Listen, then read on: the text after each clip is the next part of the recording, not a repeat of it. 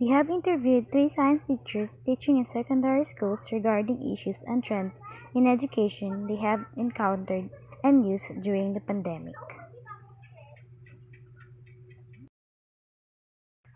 We have interviewed Miss Angelique Antonio, Teacher 1 of Echaque National High School, Miss Lovely S. de la Cruz, Special Science Teacher 2 of Alicia Vocational School, and Miss Ellyz Edica, Freelance Science Tutor in San Agustin, Isabela.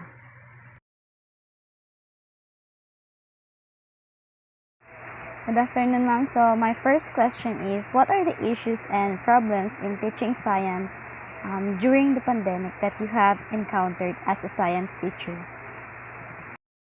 For question number 1, as a science teacher, there are lots of issues and problems I have encountered during the whole year of implementing modular distance learning in time of pandemic.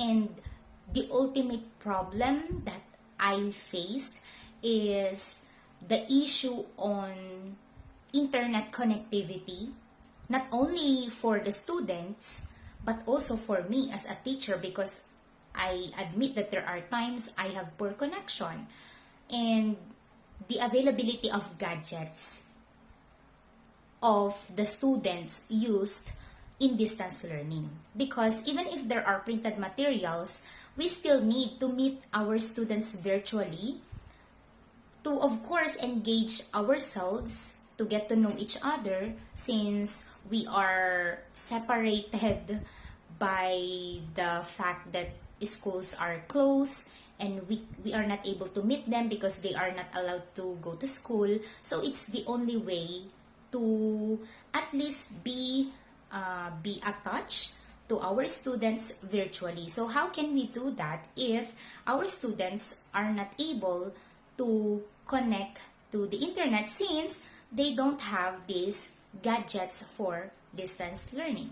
So I think that's the major problem for us science teachers in implementing our lessons during the pandemic. What are the issues and problems in teaching science during the pandemic? Teaching science hasn't been an easy task during the pandemic. Aside from constant changes in learning environment for the learner, the challenge of supporting and teaching my students wholly is a large part of my struggle. Science is a subject best taught with experiments that students can see and experience, make observations upon, and make conclusions. So with the blended learning modality that my school adopts, mostly having learners who use modular distance learning only and no longer participate in online classes, it's really a big issue as to how concepts can best be taught to them with maximum learning as the goal. Another issue is the contents of the modules or learning activity sheets that the students have. Although we are told that these were quality assured, one cannot be too trusting with its content and check whether these are actually appropriate for the needs of the students, whether the activities it contains or materials in these activities are readily available to our students at home. And as a teacher, how can I be so sure that my students perform the activity properly without my supervision?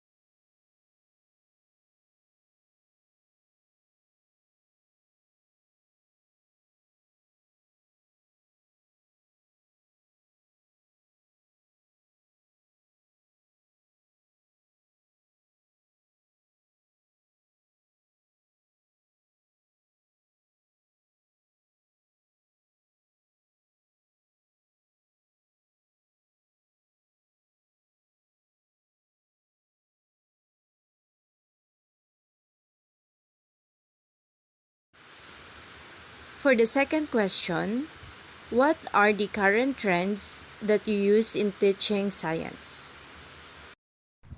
So reflecting to my answer in question number 1, for my answer in question number 2, I use varied of uh, strategies in teaching my students during pandemic. So I use the self-learning modules and the learning activity sheets, of course, issued by the Department of Education. Another thing is I also created group chats to conduct chat sessions to my students, either it's synchronous or asynchronous. I also created Google Drive where I can upload all the materials so they can also learn in their most flexible time.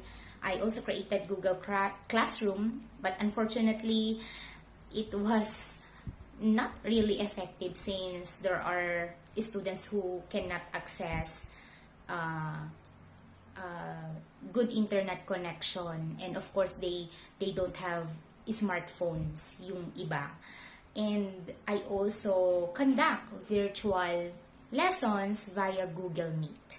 And of course, I also make video lessons and then use the Google Drive to upload those video lessons so my students can access and watch and learn it anytime of the day they want, because majority of our students in senior high school are working. They are actually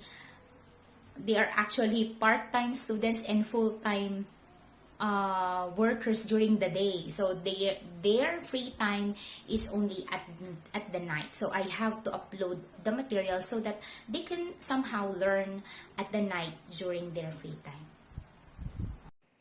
What are the current trends you use in teaching science? The number one consequences of the COVID-19 pandemic is that we cannot see our students due to the stay-at-home policy, and it became a number one trend not only in science to adopt the synchronous and asynchronous teaching.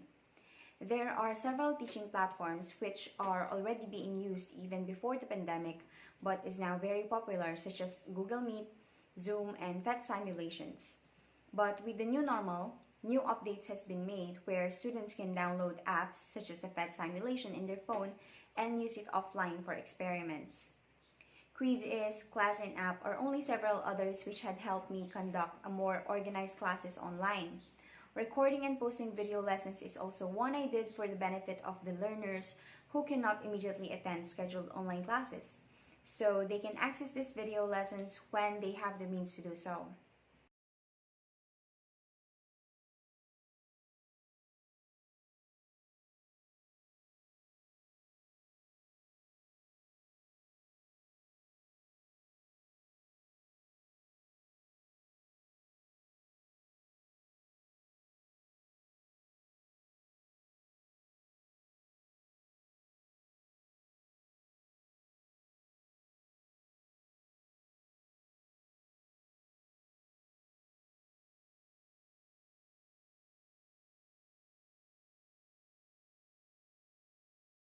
For question number 3, how COVID-19 exposed challenges for technology in education?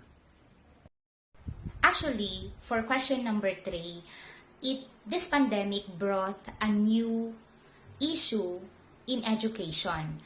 So this pandemic divided the students in terms of their access to gadgets for learning. So there is the thing called digital gap between our students. So there are students who can access education because they have these means. They have computers, laptop, tablets, smartphones. So they can adapt to the changes of this education system because of pandemic. And there are also students who lacks this tool and equipment. So the Department of Education have to provide printed materials so that at least somehow they can still pursue their education even if these gadgets are not available. So this barrier or this digital gap must be addressed, because it is not forever that these students will use printed materials. So they have to also adapt to the changes of the education system, because after all, the Department of Education is promoting digital literacy, information literacy. So how can these students who don't have these gadgets for digital learning adapt and cope up with the changes of the education system if they will just use printed materials forever? So the digital gap now is a big issue which make this pandemic worse. When the Department of Education announced the new normal way of conducting classes, there was an uproar of both teachers and students. For teachers, especially the older population, on the use of technology. Then, students who also didn't have the gadgets and even the internet connection to participate. There is still a very large gap between the rich and the poor when it comes to education, and the COVID-19 pandemic have exposed so much of it. The next one is the government support differences. Most schools, to be honest, are also too poor to accommodate the needs of the teachers during the pandemic, and the questions arose such as, how will we cater the needs of our students if we, the teachers, are also very much in need of support? So in my case, the struggles I have experienced so far is mostly on the side of the students. Out of 43 students in my class, only 6 people have both the gadget and internet connection. 14 have a gadget and an additional 5 along the way because parents bought them one despite of the loss of jobs. And the rest not even a keypad phone.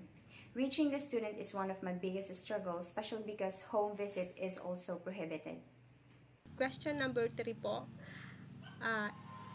It says here, how COVID-19 exposed challenges for technology in education?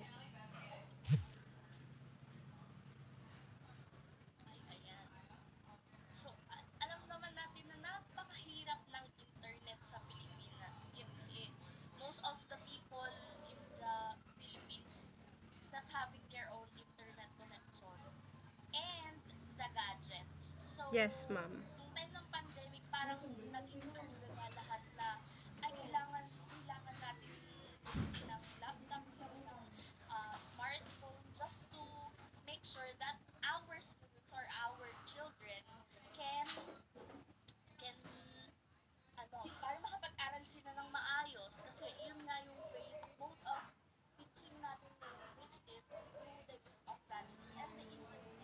So parang sumabay pa rin sa mga personal needs natin like food, parang sa mga parents is nagrereklamo na bakit na kailangan mo na ganito. So, hello ma'am, this is Nathaniel D Hidalgo. So, for question number 4 is that, what is your process for making your lectures or lessons more entertaining?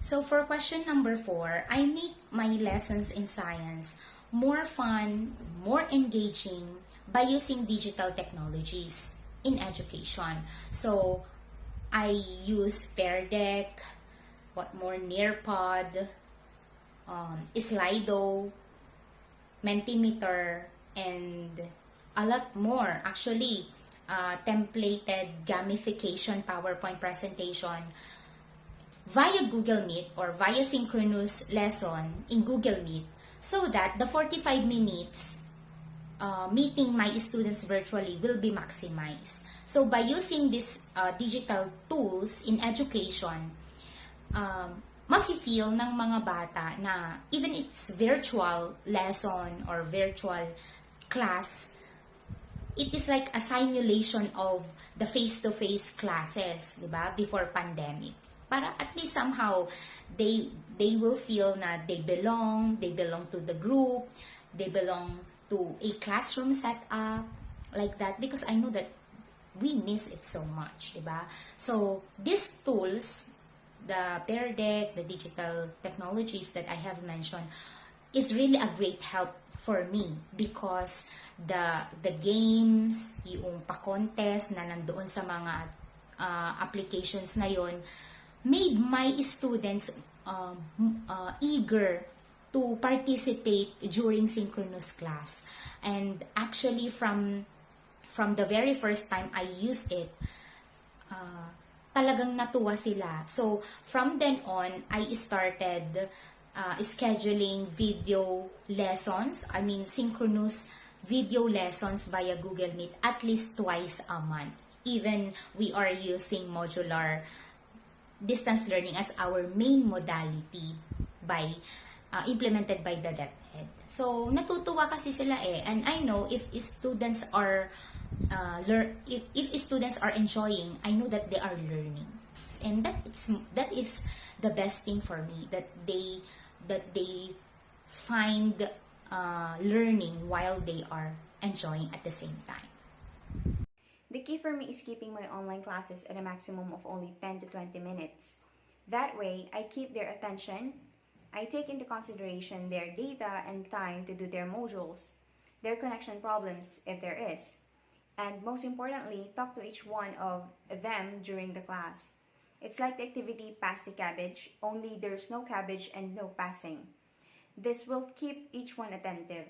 It doesn't matter whether their cameras are off because we have to take into consideration the Data Privacy Act. What matters is that they talk to you and the class when you call them. Another trick I do is give them a simple assignment which they present, either a trivia or a joke. This is very important to me because a lot is happening around them, especially deaths, and this is a way to uplift their spirits somehow. For lessons, I make sure I keep it simple. If a lesson is a little harder than usual, such as solving, I make sure beforehand I send them copies of examples on our group chat. For the students who doesn't have phones, I print it out and include it in their bundles of module for pickup. And number 5, how will learning assessed? Will you use only formal assessment like tests, or will children be able to show you what they know through other avenues? So for question number 5, how did I assess my students in time of pandemic? So did I use the traditional paper and pencil test, or did I ask my students to perform? So actually, the assessment and evaluation during the time of pandemic is quite challenging because students are not in the school and we are not sure if they are really the one answering their module or their tests. So although from quarter 1 to quarter 4, I used the traditional paper and pencil. I admit it, I use it. Another thing is the Google form. Ayun, ginamit ko din yun. But the Google form, yung Google form, are those students who can access internet connection. And that Google form consists of multiple question and application type question. Like how, why, and something na mag-explain yung bata. Not really ABCD, not matching type. No, I don't use that. So it's more on essay and the application of the concept in science in real life. So pinag-i-explain ko sila. Next is, of course, project, or they make models. Yung tangible, di ba? Yung 3D model, meron yan.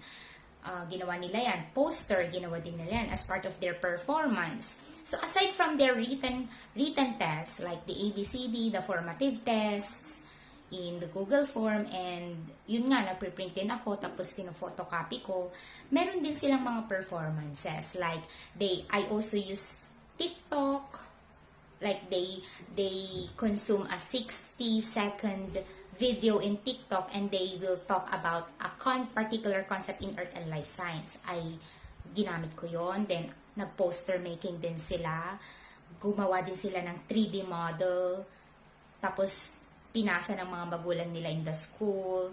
I also make them position paper about genetic engineering, if they are pro or they are against. Marami actually marami. And I focus more on the performance test. Alright. Sa mga hindi nakakapag-video na dun sa mga walang TikTok, ang alternative na ginawa ko doon ay gumawa ako ng rubric, tapos gumawa sila ng explanation na limited lang sa 3 to 10 sentences. Yun lang. Yun yung parang alternative na ginawa ko dun sa mga hindi kayang mag-TikTok. And actually, marami pa. And what's the point of conducting this varied assessment? Because, well, it's well known for all teachers na maraming mga students ang mahina sa written, tapos nag-excel sila sa performance. And that is acknowledging that our students are unique. Each student is unique, and we have to respect that, the multiple intelligence of the students. So, I think, and I hope na lahat ng teachers gumawa, at alam ko naman na gumawa ng iba't ibang paraan para ma-assess ang mga student. Not just the traditional paper and pencil test. You know, just to respect that each student is unique and different. Assessment is actually quite hard now. I use both formal and informal assessments. Formal being activities, quizzes, and modules are still checked and graded.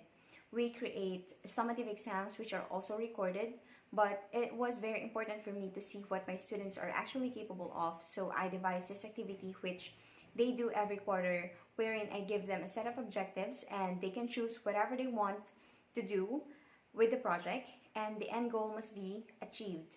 The objectives and show their learnings through the project they make. This will enable the learner to relate it to their daily life, show their skill, their talent perhaps, and relate it to the other subject areas, since I also collaborate with other subject teachers to maximize the project made by the learner. It is a good avenue for learning and creation for them. This is Angelique Antonio, Teacher 1 of Echaque National High School.